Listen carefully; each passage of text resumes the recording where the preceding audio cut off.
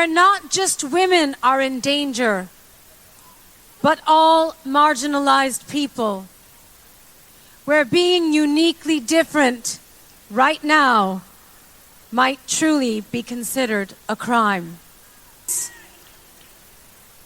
It seems as though we had all slipped into a false sense of comfort, that justice would prevail and that good would win in the end.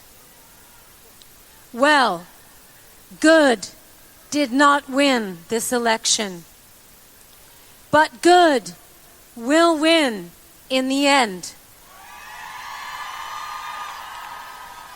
So what today means is that we are far from the end.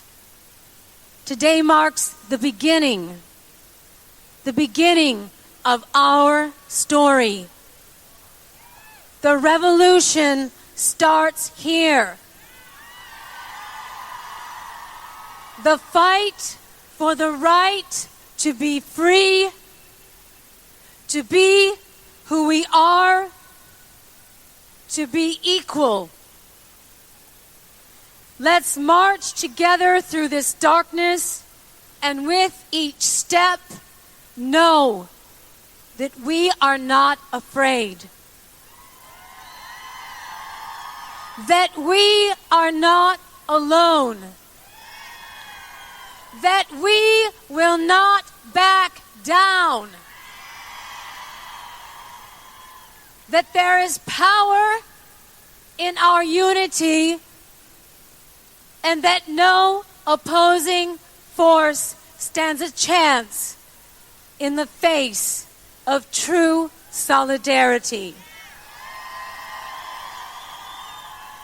And to our detractors that insist that this march will never add up to anything, Boston Red here with Friday Java, a weekly magazine of political theory, polling, and commentary. It is part of the history called people that make up this fascinating journey. We are part of the Obama network. For that, we make no apologies. What we pledge to do is give you the facts on a bridge to history. What body politics is, the most up-to-date theories of political science and psephology. Stay tuned for this incredible ride. Boston Red, peace out. From the Boston Red Network and over WBRN Radio, Friday Java on the 6th of December 2019. We have the people from the University of Virginia, Charlottesville, hear their latest report, known as the Crystal Ball. We'll look at it, and as we normally do, we pay homage to Heberhire, who was killed by white supremacists in downtown Charlottesville, Virginia. We have some polling here, and we'll do the polling first. We have an article by the liberal commentator E.J. Dionne on the impeachment inquiry. I think it sums it up from the liberal standpoint. We will not argue with them. But firstly, let's do some of the current polling here. Has not been a lot of polling out here, but some. We have a YouGov Economist polling here, which has Joe Lunchbox Biden up by 9, Bernie Sanders at 13, Liz Warren at 18, Buttigieg at 12, Bloomberg at 3, Harris, who dropped out. We did a special episode on Kamala Harris, entitled Kamala Harris for the People. Amy Klobuchar has 3 on this particular poll.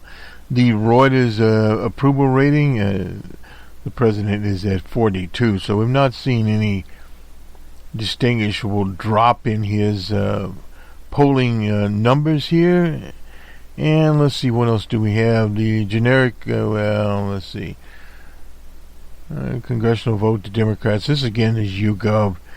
On Tuesday we had Morning Consult, that is Politico, has Biden up by 9, Bernie Sanders at 20, Liz Warren at 15, Buttigieg in the single digits at 9. Bloomberg comes up at 5 here, and that's about it. Amy Klobuchar here.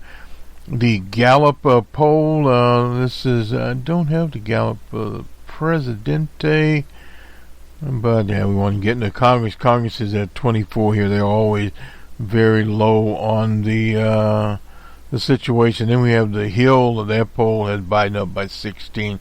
Farcical. Bernie's in second place. Liz Warren third, and Buttigieg in at 9. Bloomberg at 6, and so forth and so on. In that particular poll, that was on the 2nd of December. Not a big polling day. Let's get to the crystal ball. We try to shorten these up when we can. This is by the managing editor Kyle Klondike. The Democratic race, Biden 2020 as Romney 2012. Very interesting here. Biden's endurance at the top of the Democratic race is reminiscent of Mitt Romney's endurance in 2012. Despite considerable liabilities, Romney benefited and Biden benefits from a split opposition, being the best fit for a singular block of party regulars. Interesting here. The Democratic field is far from perfect, but other fields that seem weaker have produced winning candidates. No doubt about that. They have done that. How Biden has endured history doesn't repeat itself. It's often rhymes. Joe Biden doesn't rhyme with Mitt Romney, although one word embellished over on the side of Biden's bus. Markley sort of does. More to the point, we're beginning to wonder if the endurance of Biden at the top of the heap resembles Romney's 2 cycles ago. Anyway, despite this trouble, Romney seemed like the best fit to win the nomination for the entire campaign. He did have Rick Perry, who just recently resigned from the Trump administration, and The Rock. The same would be true of Biden, although the race remains volatile. In fact, it does. Biden's position is arguably stronger than Romney's was at this time 8 years ago. Republican voters appeared at the time quite willing to go with different options than Biden. Well, small numbers of them. And from late August of 2011 and to February 2012, Romney was surpassed by 5 different candidates: Rick Perry and The Rock, then Herman Cain out of Atlanta, Georgia, then Newt Gingrich there, and finally Rick Santorum out of Pennsylvania. But Rick Santorum played to the right. Herman Cain, who actually had a plan there out of Atlanta, he was brought down by scandal. Yet Romney always picked back up the lead in his setbacks and emerged by the end of the first month's primary contest as the clear favorite to win. That year's race, of course, started in January in Iowa, not February. Romney benefited from split opposition. And you look at some of the old school opposition there, Santorum, Newt Leroy Gingrich, and, of course, Rand Paul. Well, those were some of the ones out there, but again, that didn't really mean very much. The Real Clear Politics average, Biden has since regained a decent-sized lead in the high 20s, which doesn't mean with no one else in 10 points of him, Bernie Sanders and, of course, Liz Warren. Romney didn't always have a firewall in one of the lead-off contests, New Hampshire, where he enjoyed something of home state. He was from Commonwealth of Massachusetts. Biden trails in Iowa and New Hampshire. However, he leads in Nevada. Doesn't mean as much. But in South Carolina, that is a state dominated by followers of O.J. Simpson, African Americans. And then on March 3rd, you have Super Tuesday. Democratic voters have been sampling their own options, but have not coalesced around a clear alternative to Biden, but that could actually happen. The top 4 spending ones, late arrival Bloomberg, well, he's got millions of dollars to spend. Activist Tom Steyer, we'll see how Tom Steyer does out in California. Bloomberg, who spent $1 billion on ads without making a dent in his personal fortune. At best, Bloomberg's efforts will provide a great experiment for political sciences to dissect the efficiency of overwhelming ad spending in a primary.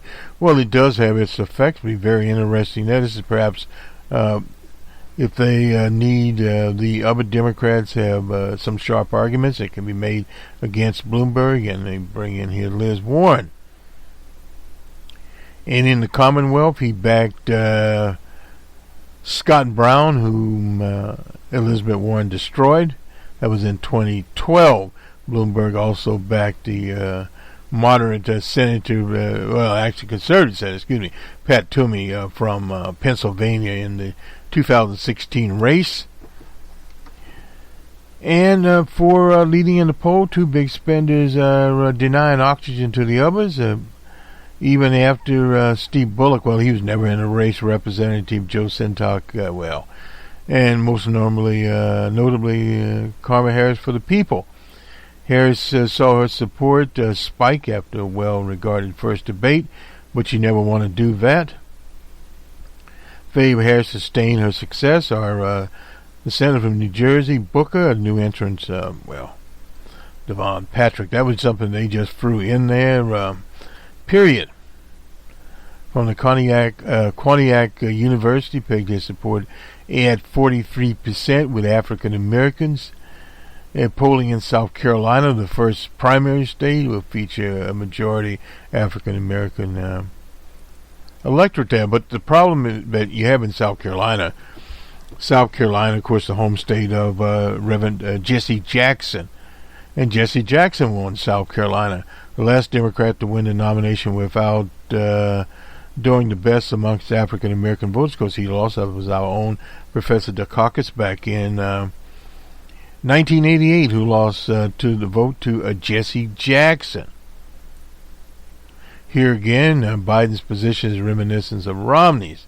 8 years earlier, Romney benefited from a composition of his opposition existed in mainstream middle of his party, but he was more conservative than the old man, late Senator John McCain. Gingrich and Santorum and John Huntsman, you remember him out of Utah. He ran to Romney's left, but Romney ran to the right of there. Theodore Johnson noted in our recent book, The Blue Wave, the growth of liberal progressive self-identification with Democrats have been driven by Europeans and not by African Americans. That is similar. That is factional to a certain degree. There are more progressive African Americans, particularly younger African Americans, in the voting pool than ever before. They need to look at that blue wave once again. If a better option comes along, the critical mainstream GOP may have opted. Well, they didn't really have anyone other than Willard Romney. Willard Romney had been a business type. He had been governor of the Commonwealth, and they fully expected him to win. I recall at the airport there, all these private jets were coming into the airport the night of the election. They thought they literally had it in the bag. They had beat Barack Obama. To literally ended up in the East End crying in their champagne beer, whatever they were drinking that time. Anyway, it's easy to poke holes in all Democratic nominees. Warren and Sanders probably are too far to the left. Well, we'll see. And they bring up Jimmy Carter there in 1976. Well, Jimmy Carter was new, ran out of Georgia as a governor. And then they also cite Wild Bill Clinton, a pushover for G.W. Bush. But remember, Clinton got help from the late Ross Perot out of Dallas, Texas. Then again, circa 1988 referred to the year Democratic field of the Seven Dwarfs. Well, that was not their situation. Part of the problem was you had a legacy of Ronald Reagan, 8-year legacy there, and of course Bush had been the vice president. That in itself gave him instant name recognition, and they took that into the race. That was the first President Bush. And of course he won, and he had Dummy Quayle, I believe, as the vice president, if I recall correctly. Anyway, the Democratic delegates' allotment rule must remain.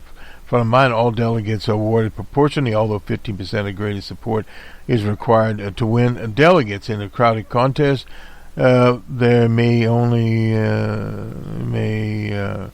be most just a few candidates who get the delegates. The lack of winner-take-all allocations could prompt the process to drag on into June. That's used to be when the California primary was.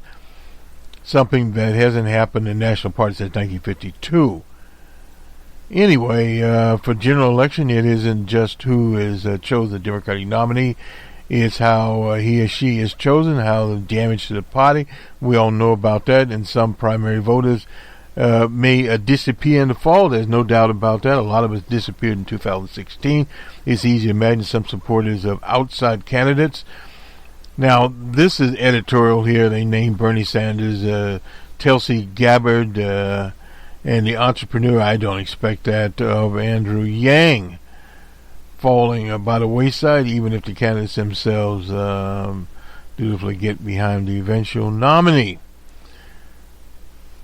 Still, Trump is a great unifier for Democrats. That effect will kick off in come the fall and maybe even the summer. We still see the general election that basically, they're calling the 50-50 proposition. We at the Ouija board see Trump slightly ahead in the contest, and part of that is, in our model, we exclude certain people are not counted and conceded to Trump. Those are conspiracy theorists and various other dubious types, a basket of deployables, because those people are normally conservative, and at best, if they totally clueless, they don't vote. So that would help DJ Trump. And also, some of those people are in states that are swing states, but still Trump has to look to first Ohio and then Pennsylvania. If he loses Pennsylvania, he's got some problems. And if he loses Arizona, he's got big problems. Then he has to go to Michigan, which is a different state now than it was. And then he goes to places like Wisconsin, who has been trending away from him with the defeat of Boss Walker. So there's some things, and will the impeachment have an impact? Well, it all depends. If his numbers start to fall down into the 30s, he's got a problem. That could mean a point against him. So those are some of the things we look at the Ouija board. Let me look at our time here. Okay, we're doing good with time. We have the Washington Post here. Shout out here to Representative Al Green. He's out of Houston, Texas. And he commented on the impeachment inquiry. And the experts that appeared there, no one of color appeared there. He slammed the committee, and we talked about that in our presentation on Trump and the Ukraine. Conducted us by the House Judiciary Committee. Al Green rebuffed his colleagues in a speech on the floor before the hearing started. The Free League scholars later testified before the committee, including Jonathan Turley, who was called up there by the right-wingers. And, of course, again, that is a situation. I rise because I love my country, but I also rise today with a heartful regret. It hurts my heart, Mr. Speaker, to see the Judiciary Committee hearing experts on topics of impeachment and one of the most sentinel issues of Congress, and hearing experts and not one person of color amongst those experts. Well, the subliminal messages we are sending to the world when we have experts but not one person of color. That could have been easily accomplished. He claimed the House committee was taking advantage of African American voters without affording them equal representation. That has been a constant battle cry, not only with this committee, but the leadership of the House, given to James Clyburn a token position at one time. Now he is an assistant. But that is strictly jungle bunny politics. I refuse to ignore and take for granted. And I came here to represent people who are ignored and and taken for granted. No one person of color amongst the constitutional scholars. He said it seems there is a desire amongst some to have the output of people of color without the input of people of color. I rise today to say that this is not about Democrats. It's not about Republicans. Definitely that. It is about whether or not we have matured to the point, and that is a very good point right there. They had Professor Pamela Karlan. She's from the Stanford Law School, and a Harvard Law Professor, Noel Freeman. And from North Carolina, they had Michael Gearhart, were called by the Democrats. Nominal professors here. Pamela Karlan is well known, and a very good law professor, a progressive law professor there. I'm not familiar with Noel Freeman nor the other witness there. Turley, they played him a number of times. And this is how the media, including NPR, plays it up. It said the state of affairs to have 6 European candidates on the stage, and many of whom don't necessarily speak with African women who are the powerhouse voters. And we at this moment, where we went from the most diverse set of candidates in history, certainly in my lifetime, to an lily white, he calls it all white, all European type of setup.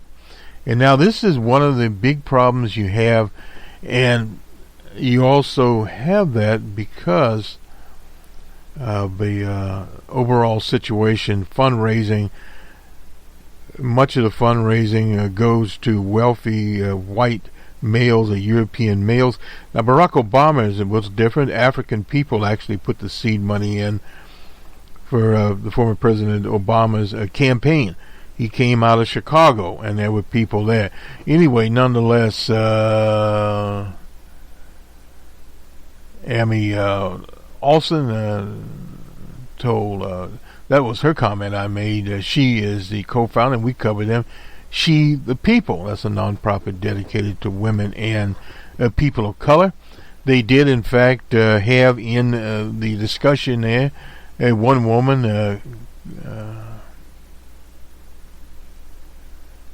Pamela, Pamela Karlan.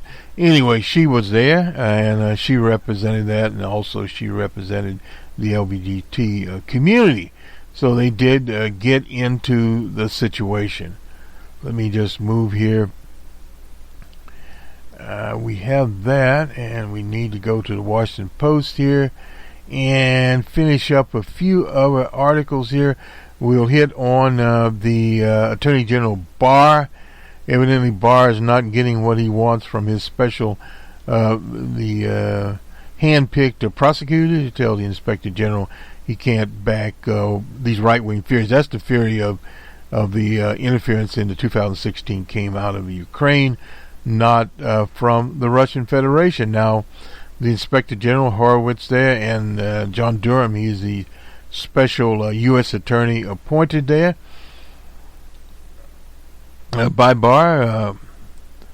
Amongst Horowitz's questions, a Maltese professor. This is another one of these shadowy characters that appear. Intelligence agencies said the professor was not amongst their assets, the People said, and Durham informed the Horowitz office that his investigation could not produce any evidence that might contradict the Inspector General. So in other words, that avenue is dead.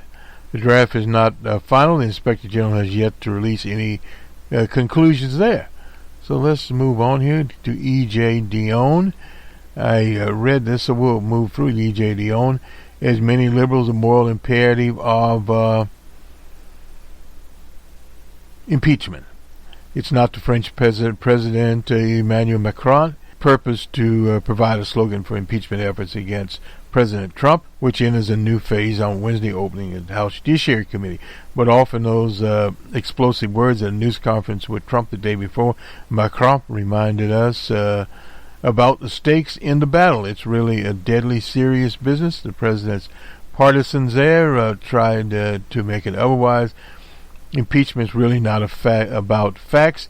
This is from a guy named Collins, a representative from Florida, who was passed over by Kemp, the governor there, and he nominated Laffer, a business lady who can put $20 million of own money in the campaign. Sorry, it's not certainly about fact. It is most certainly about fact.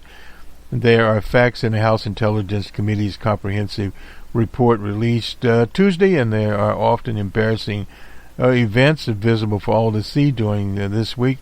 The NATO summit. Collins' statement makes sense only for those consciously choosing to avoid facts, or worse, to put forward lies as Republicans do when they weaponize the Russian president. Now, he calls him a dictator. That's the imminence of the Cold War via Putin. Propaganda to falsely claim that Ukraine tried to influence our most recent presidential election. The most important element in the report is this one. The president placed his personal political interests above the nation's. And Nancy Pelosi echoed the same thing when she announced that they would be drafting impeachment articles. Trump's other offenses flow from this one. This is especially true of his willingness to press foreign governments to meddle in the election and to issue an open invitation to a foreign government to jump right in. What he did is infamous.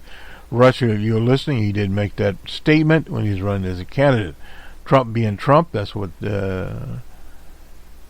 David Nunes, and Nunes himself has been implicated in this. Jordan of Ohio and McCall of Texas. NATO summit is a primary example of how narcissistic as foreign policy is compromising our nation's role in the world and sowing turmoil and division amongst the allies. As Aaron Burke, he's another columnist here, the president has thrown NATO into a state of chaos. Well, NATO was already in a state of chaos, been around 70 years, primarily based upon Wilsonian racist foreign policy and an outdated situation, period. Now, normally we'd remove a bad president for elections, but all three law professors, and he names them, cited William Richardson Davies, 1787 argument for including an impeachment provision in the Constitution by way of understanding the urgency of acting now. Davies, Friedman said, was pointing out that impeachment was necessary to address situations where a president tried to corrupt elections. If a president could not be removed, as Davies put it, we will spare no effort or means whatever to get him reelected. The overriding case for impeaching the president is just that. After one election in which Trump welcomed Russian interference, he plainly invited, indeed demanded, as the Kremlin noted, foreign intervention again, this time from the Ukraine. Our elections have become less free when they are distorted by foreign interference. That is from Pamela Karlan. But that distortion is magnified if a sitting president abuses the power of his office and actually invites foreign intervention. Exactly. This is the second reason for the House to vote impeachment. It is a time to put the Senate Republicans, particularly those who claim some independence from Trump, they won't claim it. And Republicans always said they were tough-minded and serious about America's interests in the world. They have given countless speeches about the rule of law. Like old Duncan, what's his name out in California there, is pleading guilty to corruption charges. And he cites a former Republican here. Does the party want this to be its epitaph? It is it as serious about the nation's interests as Trump is? Senators claiming to be above this sort of thing should not be allowed to take the path of evasion. Well, they will be allowed to take the path of evasion. They need a 3/4 vote in the Senate, and at this point in time, they do not have a 3/4 vote in the Senate. And this is basically what this is all about. And moving to another issue here, George Zimmerman filed suit against a bunch of people here, including the mother of the murdered Trayvon Martin in Florida.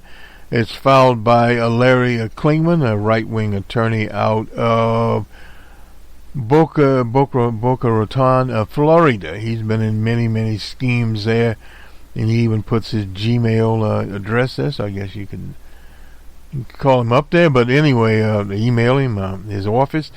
This is filed. George Zimmerman's the plaintiff here. Sabrina Folden, Ben Trump, Rachel Gintel, I remember her, and Brittany Diamond Eugene, which is her half-sister, Tracy Martin, and De La Rosa. He was actually one of the state's attorneys, John Guy. Angela Cooley, she was a special state attorney there. The Florida Department of Enforcement, the state of Florida, and HarperCollins, they published a book by Benjamin Crump. So this is basically, I read this summons here, and it talks about Crump and HarperCollins. They defamed Zimmerman, and the title, Open Season, Legalized Genocide of Colored People, with actual malice, knowing the untrue, at minimum reckless disregard for truth, and the actions under at least 15. He's suing for $100 million, which is farcical. But stating who Zimmerman is, and Zimmerman has all kinds of psychological problems at this point here.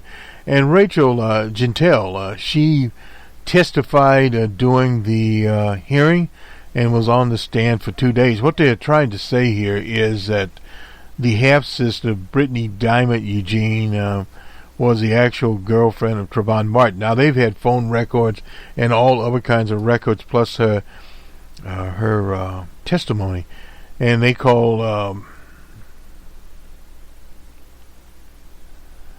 Rachel Gintel a fake witness for Diamond Eugene, Brittany Diamond Eugene here, and so forth and so on. And in that, they defamed his father. It was Tracy Martin, former worker for Cisco Systems, and he was a delivery type there, and he served 5 years in his early 20s in prison for being a drug courier. So what? He's been a model since, mentioning him and who Ben Trump was along that, and that they received a settlement. There's no doubt about that. They got a settlement there, and they need various people associated with the prosecutor.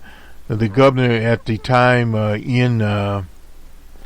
was Jeb Bush, I believe. Yeah, he appointed Angela Cooley as a special prosecutor for the state. They brought in a special prosecutor because they wanted to take it out. Anyway, there was to be a screening in Coral Gables, Florida. It was canceled, and the book can be accessed, what they call Trayvon Martin. This is another one of these conspiracy theories that appeals to the people we kicked out of our model. So anyway, there's a little bit of background there. We won't go into that one. The Guardian has a nice story here, which basically we've talked about the same thing. The Miami Herald, we went over that story, and that's where we got into the Coral Gables situation there, and what actually happened in Coral Gables. There was to be a screening there. That is evidently the town that Zimmerman is now in, and they canceled it. So when they canceled it, that whole thing, that would be a situation would be around this. And let's see, the director of the film is called Joel Gilbert, planned to screen the film. That was on Thursday at the Coral Gables Art Cinema to coincide with the announcement. That never happened on Thursday. So that was the end of that story. On yesterday, actually, the lawsuit, of course, claims here. And Larry Klingman has been, he was the founder of Judicial Watch. He's filed a lot of lawsuits. Skillful litigator, there's no doubt about that. Particular situation, period. And his even Jay-Z worked on a documentary of Trayvon Martin.